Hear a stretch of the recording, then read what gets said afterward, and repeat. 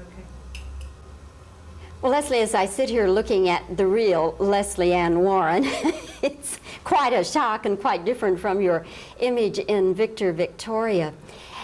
Is this a role that anybody else was considered for, or did? Yes, I think it was offered to Valerie Perrine before it was offered to me, and for whatever reason, Valerie turned it down. I was real happy that she did. Do you think it was because of maybe what you did in, oh, we just lost a light. Who's that person? Comment. I'm from Matters, but No, you it's might like to interesting, know. yes. Speed. Okay.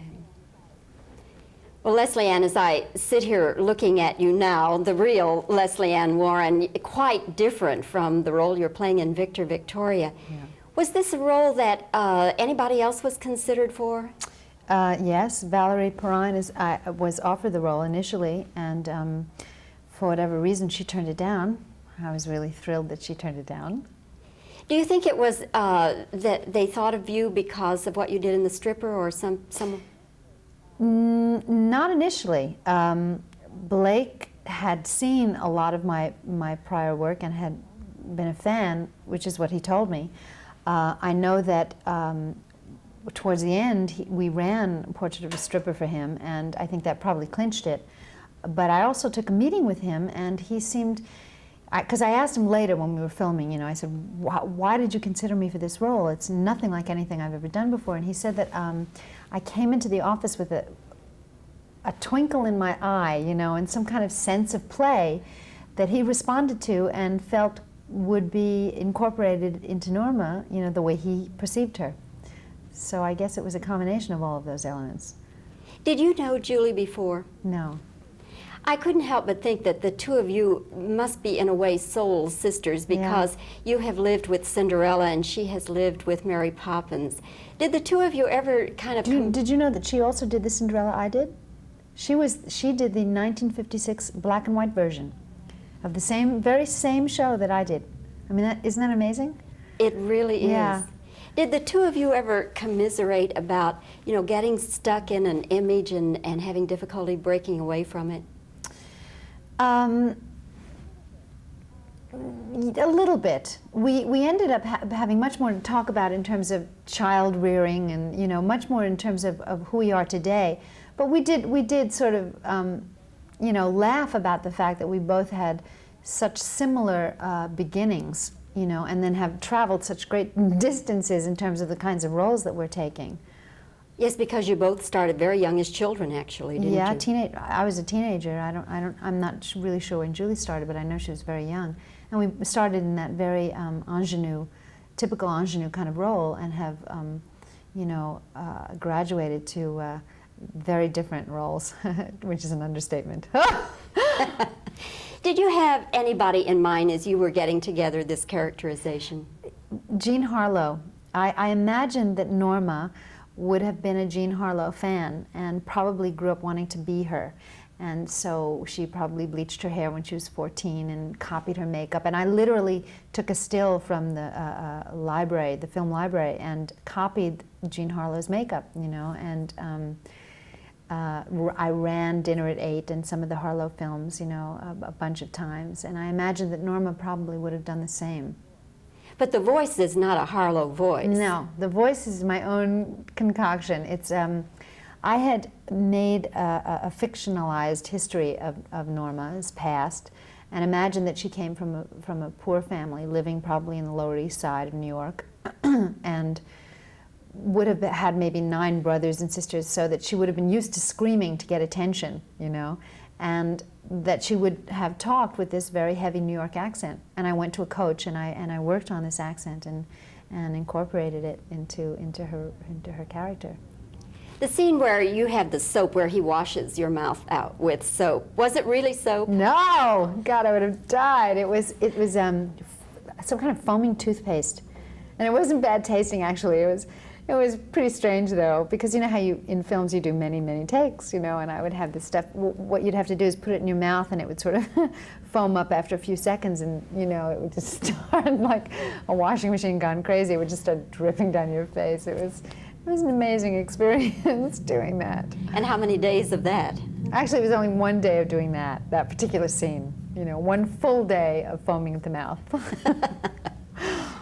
Lesley, is it true you were the youngest person ever to study at Actors Studio? Yeah, and that was only because I lied to get in. I was 17 and the entrance age was 18, but I so desperately wanted to work with Lee Strasberg that I lied. I just said I was 18 and I got in. You know, you do an audition for the committee and then an audition for him. And now, of course, that he's gone, what is your favorite recollection of him? Oh, I don't know if I have one favorite recollection of him. I mean, the man made a huge, huge imprint and impact on my life, not only in my acting career or acting knowledge, but you know, it's sort of, I mean, I knew him from the time I was so young, and I continued to know him until now. And I dated his son when I was a young girl, and I'm very friendly with Susan. Our children go to the same school, or did go to the same. So he's been an important part of my life in many aspects. I don't think I have a favorite recollection. What do you remember, like any particular compliment or anything that he ever paid you that?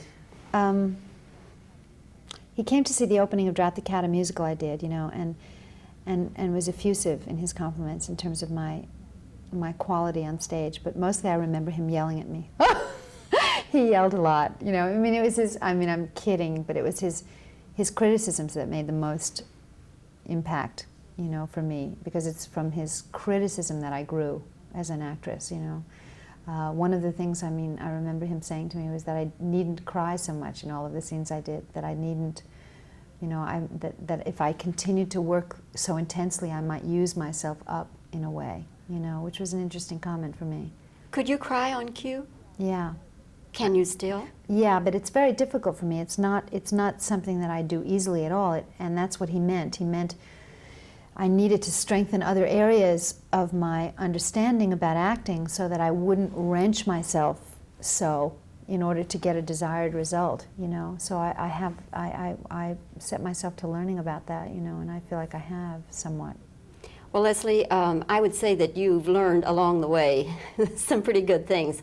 Your performance in Victor Victoria is just memorable. And the only thing that worries me is, Lesley, that people are going to go and see it, and if they don't read the credits closely, they'll never know who's doing it.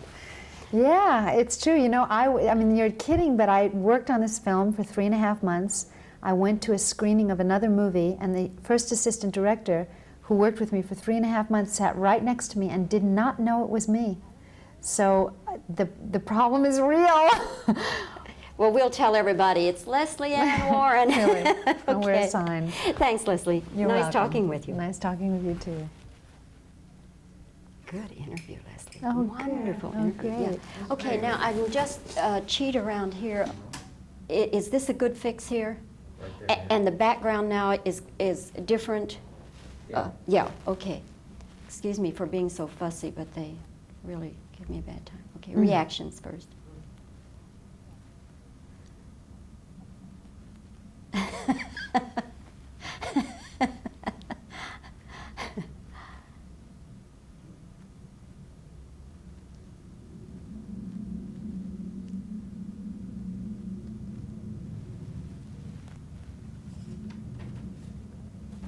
Okay, questions. That was wonderful. Yeah, Okay, we're still on sound? Still recording sound? I have 1 minute of tape left. Oh, all right, very quickly. Okay. And you needn't answer. Was anybody else ever considered for this role? When you were getting the character together, did you have any particular person in mind? Okay. Did you and Julie ever discuss the image problems you both have in common? What is your favorite recollection or memory of Lee Strasberg?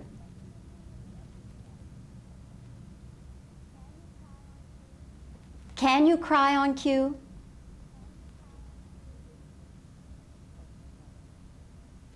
Okay, that should do it.